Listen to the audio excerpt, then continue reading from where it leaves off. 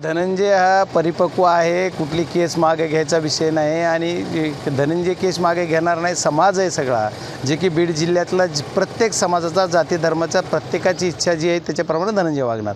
धनंजय असं काही करत नाही. त्याला कोण दबाव टाकतंय, काय टाकतंय तो विषय वेगळा आहे, त्याच्यावर मला आज काही बोलायचं नाही.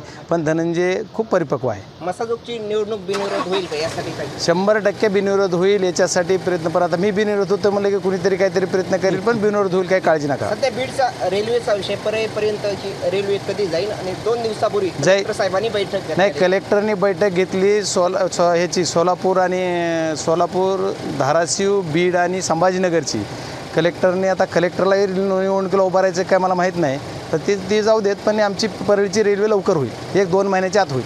खूप खूप धनंजय हा परिपक्व आहे, कुठली केस मागे घ्यायचा विषय नाही आणि धनंजय केस मागे घेणार नाही. समाज आहे सगळा, जे की बीड जिल्ह्यातला प्रत्येक समाजाचा, जाती धर्माचा प्रत्येकाची इच्छा जी आहे त्याच्याप्रमाणे धनंजय वागणार.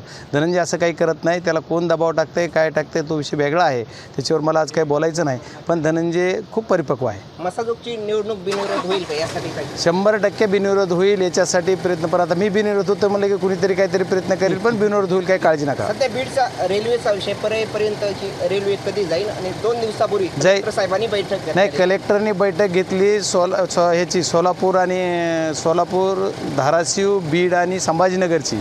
कलेक्टरने आता कलेक्टरला निवडणुकीला उभारायचं काय मला माहीत नाही, तर ते जाऊ देत. पण आमची परळीची रेल्वे लवकर होईल, 1-2 महिन्याच्या आत होईल.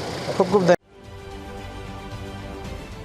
महाराष्ट्रातील सर्व बातम्यांचे विश्वासार्ह व्यासपीठ, सकाळच्या सर्व सोशल मीडिया प्लॅटफॉर्मला लाईक, फॉलो आणि सबस्क्राईब करा. तसंच सर्व नोटिफिकेशनसाठी बेल आयकॉन प्रेस करायला विसरू नका.